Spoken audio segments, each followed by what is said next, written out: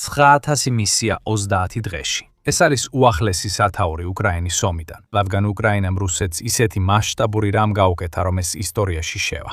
რუსეთი მუხლებზე დგას. უკრაინის სახმელეთო დრონებმა ასე მოახერხეს. რაც ახლა უკრაინას აქვს, ეს არის უსიცოცხლო იარაღების არმია, რომელიც რუსეთს სისხლს ასხამს და იქნება გამარჯვების გასაღები პუტინის სულ უფრო დასუსტებულ ძალებზე. რობოტების ტალღა რეალურია. პუტინი პირდაპირ უყურებს მანქანების რეალურ აღზევებას.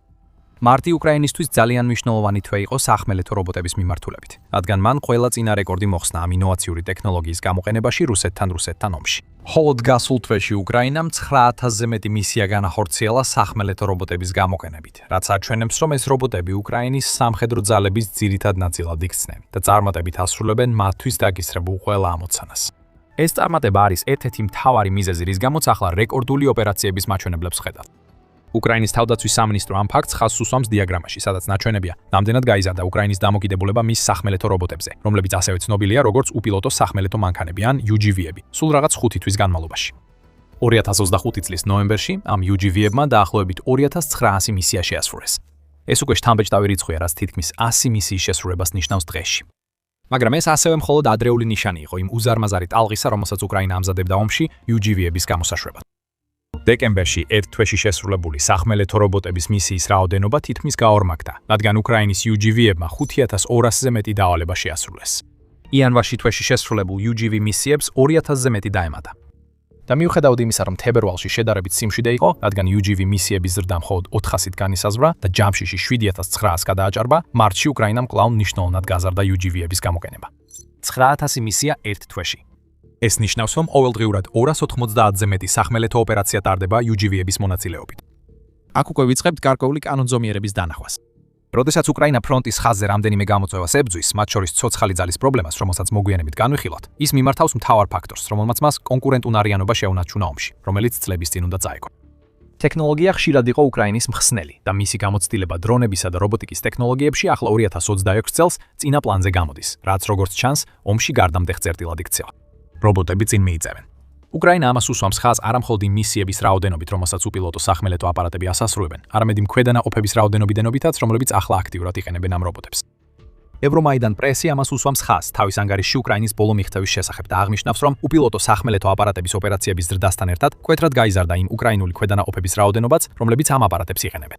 2025 წლის ნოემბერში უკრაინის მხოლოდ 67 სამხედრო ქვედანაყოფი იყენებდა სახმელეთო რობოტებს. პრესკი უკვე უკრაინის 167 ქვედანაყოფი იყენებს სახმელეთო რობოტებს.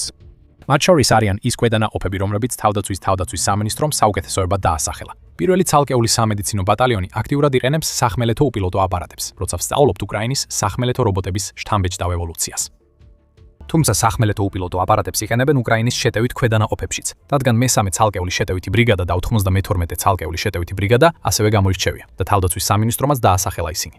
უკრაინა ამატებს, რომ მესამე ოპერატიულმა ბრიგადამ და 95 ცალკეულმა სასაჰაერო საშეტევო პოლიციის ბრიგადამაც შესანიშნავად გამოიყენეს სახმელეთო უპილოტო აპარატები. ეს არის ქვედანაყოფების ფართო სპექტრი, რომელთაგან თითოეული სხვადასხვა მიზანს ემსახურება. და ეს გვიჩვენებს, რომ სახმელეთო დრონების ტექნოლოგიაში მოხდა მნიშვნელოვანი ცვლილება, რამაც უპილოტო სახმელეთო აპარატები უკრაინის არსენალში ერთ-ერთ ყველაზე მრავალმხრივ რესურსად აქცია. სახმელეთო რობოტები არ არის სრულად ახალი ტექნოლოგია, რომელიც ახლახან გამოჩნდა უკრაინაში. როგორც ხშირად ხდება, ის რაც ერთი ღამის წარმატების ისტორიად ჩანს, სინამდვილეში არის წლების განმავლობაში გაწეული შრომის შედეგი, რომელმაც ხელი შეუწყო ტექნოლოგიის განვითარებას, რომელიც ახლა იწყებს თავისი ნამდვილი პოტენციალის გამოვლენას. უკრაინაში გამოყენებული ადრეული სახმელეთო რობოტები საკმაოდ პრიმიტიული იყო იმასთან შედარებით, რასაც დღეს ბრძოლის ველზე ვხედავთ. ეს არნიშნავს იმას, რომ ისინი უსარგებლო იყო. 2025 წლის ნოემბერში, რაც შემთხვევით არ არის უკრაინის თავდაცვის სამინისტროს სტატისტიკის საწყისი წერტილი, სახმელეთო უპილოტო აპარატები ფრონტის ხაზზე ყველგან გამოიყენებოდა როგორც მომარაგების საშუალება, რადგან რუსული უპილოტო საფრენი აპარატები უკრაინულ ჯარებსა და ტრადიციულ სატრანსპორტო საშუალებებს ძალიან ურთულებდა მომარაგების გადაზიდვას ისე, რომ მიზანში არ ამოყოლოდნენ. პატარა სახმელეთო უპილოტო აპარატები, რომლებიც ადვილად იფარება და რთულია მათი შემშნევა, უკვე იწვევდნენ სახელის მოხოჭას. ისინი შეძლებდნენ საკვების და საბრძოლო მასალის გადატანას უკანა ხაზებიდან ფრონტის ხაზზე, როგორც ამას აკეთებენ ისეთ დაძაბულ რეგიონებში, როგორიცაა პოკროვსკი, სადაც ასეთი მომარაგება ხშირად სიცოცხლესა და სიკვდილს შორის განსხვავებას ნიშნავს. იმ დროს BBC-მ განაცხადა, რომ პოხროვსკის ბრძოლა სავარაუდოდ ისტორიაში პირველი იქნება, სადაც მასობრივად გამოიყენეს სახმელეთო უპილოტო აპარატები, როგორც ლოგისტიკური მხარდაჭერისთვის, ასევე როგორც ინსტრუმენტი, რომელსაც უკრაინა იყენებს დაჭრილი ჯარისკაცების ევაკუაციისთვის. BBC-ის თქმით, სინამდვილეში პოკროვსკში ფრონტის ხაზზე მიწოდებული ყველა მომარაგების დაახლოებით 90% ნოემბრისთვის მიწოდებული იყო სახმელეთო რობოტების მეშვეობით.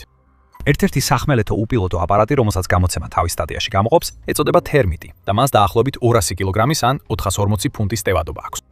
ფურგონიდან გადმოტვირთვის შემდეგ მას ოპერატორი, რომელიც რამდენიმე მილით დაშორებულია, დისტანციურად მართავს დანიშნულების ადგილამდე. ეს პროცესი აჩვენებს თუ რატო არის სახმელეთო უპილოტო აპარატები ასეთი ფასეული უკრაინისთვის.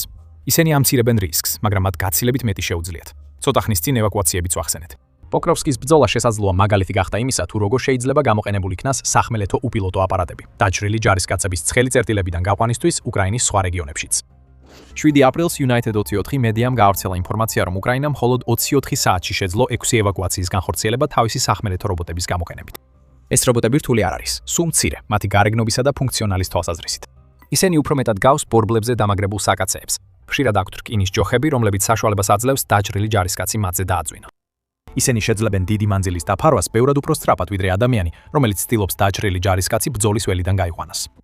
24 საათიან ოპერაციაში, რომელზეც United 24 მედია ითხოვინებოდა, უკრაინის ორ უპილოტო სახმელეთო მანქანას ერთად დაახლოებით 300 კილომეტრი, ანუ დაახლოებით 186 მილი დაფარა. იპოვეთ ადამიანი, რომელსაც შეუძლია ესეთი მანძილის დაფარვა 24 საათში და თქვენ იპოვით ისეთ ჯარისკაცს, რომელიც უბრალოდ არ არსებობს. ეხლა 6 უკრაინელი ჯარისკაცია ცოცხალი უპილოტო სახმელეთო მანქანების წყალობით. ასევე არიან რუსი ჯარისკაცები, რომლებიც დაიღუპნენ უკრაინის სახმელეთო რობოტების ტექნოლოგიის გამო. რადგან ეს ტექნოლოგია განვითარდა, უკრაინა უკვე ლოგისტიკისა და ევაკუაციის გარდა სხვა მიზნებისთვისაც იყენებს უპილოტო სახმელეთო მანქანებს. ადრე უწყინარი მანქანები ეხლა სასიკვდილო შემდევ ძალად იქცევა. და სწორედ ასეთი გამოყენებისას ხდება ყველაფერი მართლაც სერიოზული რუსეთისთვის. მაგრამ სანამ ამაზე ვისაუბრებთ, თქვენ უყურებთ The Military Shows. თუ ჯერ არხზე არ ხართ გამოწერილი, ეხლა საუკეთესო დროა ამის გასაკეთებლად, რათა არასდროს გამოგჩეთ ჩვენი ვიდეოები. 2026 წელს უკრაინამ დაიწყო მასშტაბური კამპანია შეიარაღებული უპილოტო სახმელეთო მანქანების განთავსებისთვის. და ეს მკვლელი რობოტები ბევრად უფრო ხელშესახებად და დამანგრეველად მოქმედებენ რუსეთის ძალებზე, ვიდრე ის რობოტები, რომლებსაც უკრაინა ლოგისტიკისა და ევაკუაციისთვის იყენებს. უკრაინის ინოვაციურობისა და იმ ყველაფრის გამოყენების უნარის კომბინაცია, რაც ხელთ აქვს სასიკვდილო იარაღების შესაქმნელად, აქ განსაკუთრებულად გამოიკვეთა. BBC იუწყება, რომ უკრაინის K2 ბრიგადა, რომელიც როგორც ამბობენ, პირველი იყო ვისაც სპეციალური უპილოტო სახმელეთო მანქანების ბატალიონი ხავს, კალაშნიკოვის ტყვიან-ფხვევებს ამაგრებს თავის სახმელეთო რობოტებზე.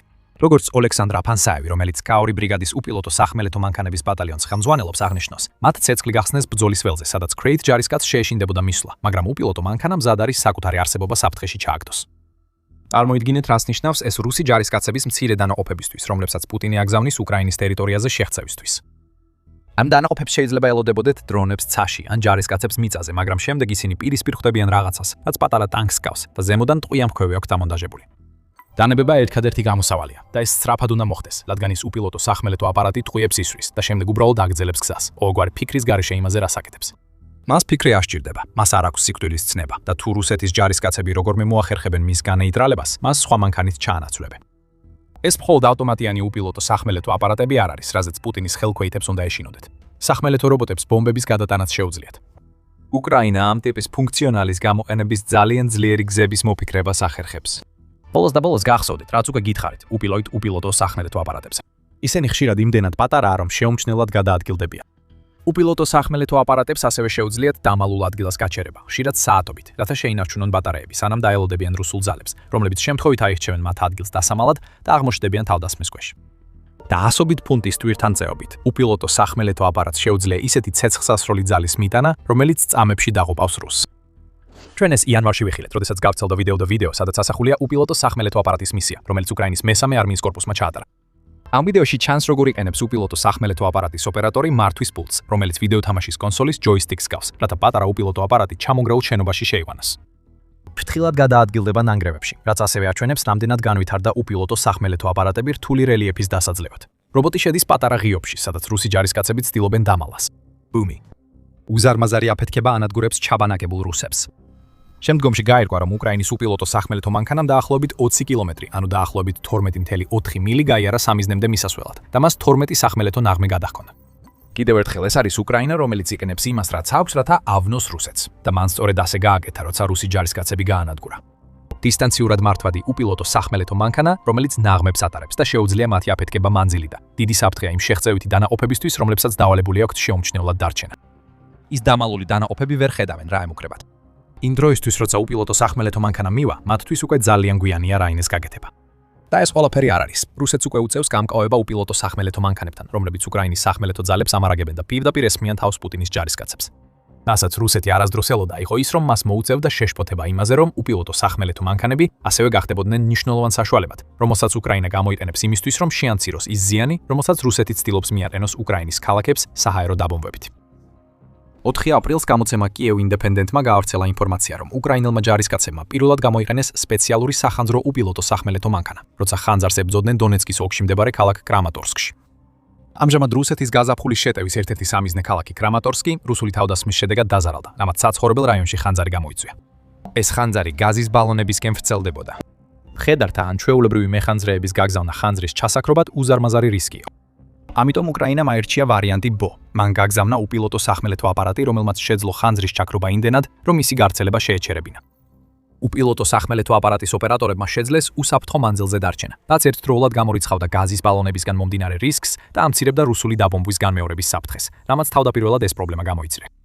კიდევ ერთხელ, ეს არის ის სახის კრეატიულობა, რომელმაც უკრაინას საშუალება მისცა გადარჩენილიყო იმდენ ხანს, რამდენიც გაუძლო რუსეთის თითქოს და უსასრულო ცოცხალი ძალის ფონზე. და ეს საუბარი რისკის მინიმიზაციაზე კარგად გადაგვიყვანს იმაზე, თუ რას ნიშნავს უკრაინის უპილოტო სახმელეთო აპარატები და ის ფაქტი, რომ ისინი ახლა უფრო მეტ ოპერაციაში გამოიყენება ვიდრე ოდესმე. ისეთი შემთხვევები, რომლებზეც აქამდე გავამახვილეთ ყურადღება, რა თქმა უნდა, ძალიან მნიშვნელოვანია, მაგრამ ის სარგებელი, რაც ამ ყველაფრის უკან დგას, უკრაინისთვის გადამწყვეტია. ამ სარგებელთაგან ერთ-ერთი მთავარი ისაა, რაც უკრაინას სასწრაფოდ სჭირდება. უპილოტო სახმელეთო აპარატები მნიშვნელოვნად ეხმარება უკრაინას ცოცხალი ძალის პრობლემის გადაჭრაში. 4 წელზე მეტი ხნის ომის შემდეგ უკრაინა მრავალი გამოწვევის წინაშე დგას, როდესაც საჭიროა ფრონტის ხაზზე ასე საჭირო ცოცხალი ძალის მოზიდვა.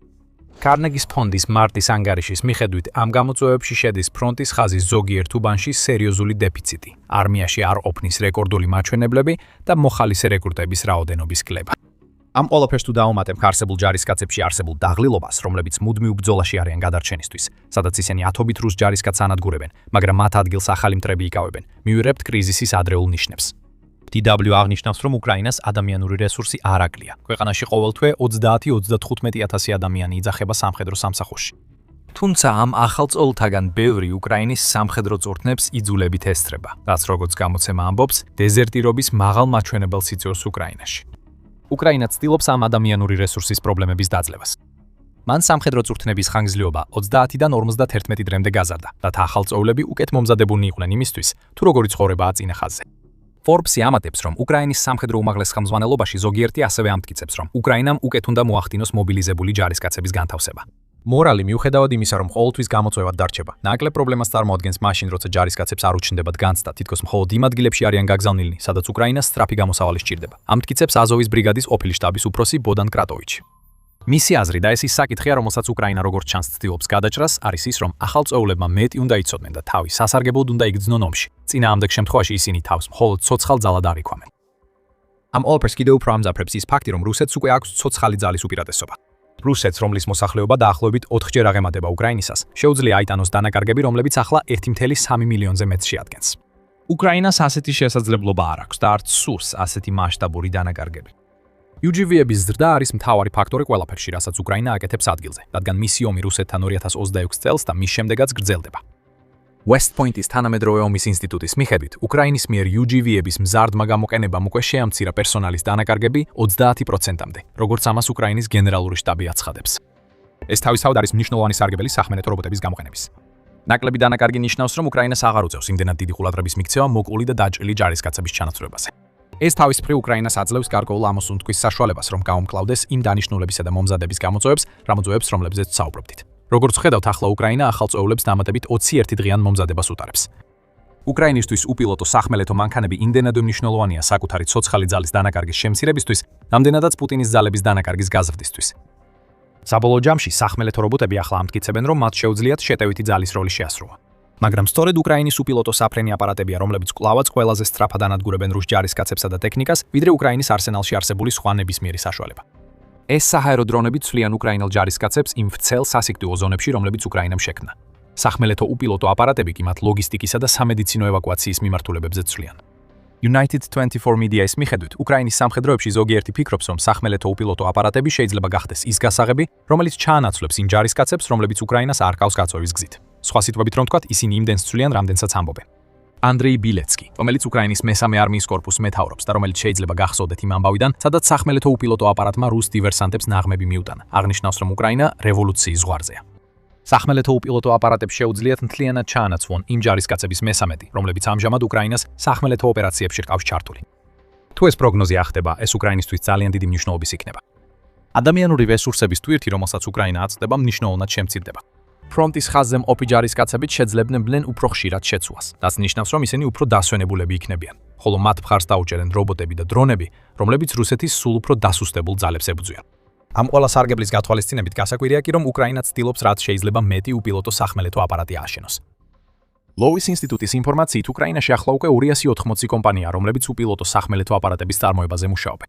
მან 30 მარტის სტატიაში აღნიშნა, რომ უკრაინის მესამე შეტევითმა ბრიგადამ უპილოტო სახმელეთო აპარატების მეშვეობით იმდენი თვირთი გადაიტანა, რომ იგივე რაოდენობის გადასატანად 10,000 ჯარისკაცი იქნებოდა საჭირო, თითოეული მათგანი 20 კილოგრამი, ანუ დაახლოებით 44 ფუნტი აღჭურვილობით. ეს იმდენად დიდი განსხვავებაა უკრაინისთვის, რომ უპილოტო სახმელეთო აპარატებში ინვესტიცია აუცილებლობაა და არა უბრალოდ სასურველი რა. ჯეიმსთაუნის ფონდის ინფორმაციით, უკრაინა ახლა გეგმავს მხოლოდ 2026 წელს 20,000-ზე მეტი უპილოტო სახმელეთო აპარატის წარმოებას. თუ თითოეულ ამ რობოტს შეუძლია 100 კილოგრამი აღჭურვილობის გადატანა და ეს შეფასება მინიმალურ ზღვარზეა, ეს იქნება 50,000 ჯარისკაცის დამატების ტოლფასი. რობოტებს ლოგისტიკური თვალსაზრისით ადამიან ჯარისკაცებზე მეტი შეუძლიათ. ესეთი ეფექტურობა ფასდაუდებელია უკრაინისთვის, რადგან ის ერგება რუსეთის უახლეს მცდელობებს 2026 წლის გაზაფხულისა და ზაფხულის შეტევაში თავისი თავდაცვა საზარბაზნე ხორცით დაბომბოს. რუსეთი კარგად აცნობიერებს იმ რისკს, რომელსაც უპილოტო სახმელეთო მანქანები მის გამოფიტვის სტრატეგიას უქმნის. ის ცდილობს უკრაინის უპილოტო სახმელეთო მანქანები თამაშიდან ამოიღოს, რათა აიზოოს უკრაინა გამოიყენოს ცოცხალი ძალა, რომლის გაწირვაც მას არსოს. 6 აპრილს გამოცემული ლიგაუთნეტის ანგარიშის მიხედვით, რუსეთმა შექმნა სპეციალური დანაყოფები, რომელთა ერთადერთი მიზანი უკრაინის უპილოტო სახმელეთო მანქანების განადგურებაა. ეს დანაყოფები გაგრძელება այն დანაყოფებისა, რომლებიც რუსეთმა უკვე შექმნა უკრაინის ლოგისტიკური არხების დასათმელად. მაგრამ ეხლა მათ რობოტ მტერთან უწევთ ბრძოლა, რომელიც უფრო რთულად შესამჩნევია და შეუძლია ისეთი რამების გაკეთება, რასაც ჯარისკაცები ვერ შეძლებენ. ცხადია, რუსეთის მცდელობები უკრაინის შეჩერებისკენ არ მუშაობს. უპილოტო სახმელეთო მანქანების მიერ ერთ თვეში 9,000 მისიის შესრულება ამის მტკიცებულებაა. მაგრამ ის, რისთვისაც პუტინი და მისი ძალები მზად არ არიან, არის ის ფაქტი, რომ ის, რასაც უკრაინაში ხედავთ, მხოლოდ დასაწყისია. მეტი უპილოტო სახმელეთო მანქანა მოდის. ათასობით კიდე. და თუ უკრაინა შეძლებს სწრაფად გადავიდეს დიდი რობოტული არმიის გამოყენებაზე, ის ადამიანური რესურსის უპირატესობა, რომელსაც რუსეთი 4 წელზე მეტია ფლობს, მნიშვნელობას დაკარგავს. ბრძოლაში ხორცსა და მანქანებს შორის ხორცი მარცხდება. UGV-ები შეიძლება იყოს სწორედ ის გასაღები, რომელიც უკრაინის მთელ სტრატეგიას რუსეთის სისხლისგან დაცლაზე აგებს. აქ შევხედავთ კიდევ ერთ მაგალითს იმისა, თუ როგორ დააყენა უკრაინის ინოვაციურმა მიდგომამ ომში რუსეთი რთულ მდგომარეობაში. ეს ინოვაცია შეუმჩნეველი არ დარჩენილა. ოპერაცია ეპიკური რისკის შედეგად გამოწვეულმა ქაოსმა სპარსეთის ორის ქვეყნებს უბიძგა უკრაინისთვის ეთხოვათ თავისი ცოდნისა და გამოცდილების გაზიარება. ამ მოწოდებებს უკრაინა პასუხობს და ეს შეიძლება სერიოზულ გავლენას მოახდენდეს რუსეთის შეჭდაზე. გაიგეთ მეტი ჩვენს ვიდეოში და თუ ეს ვიდეო მოგეწონათ, არ დაგავიწყდეთ გამოიწეროთ The Military Show, რომ ნახოთ მეტი ანალიზი იმის შესახებ, თუ როგორ ცვლის უკრაინა თანამედროვე ომის სახეს და მადლობა როგორც ორ წყოველთვის რომ უყურეთ.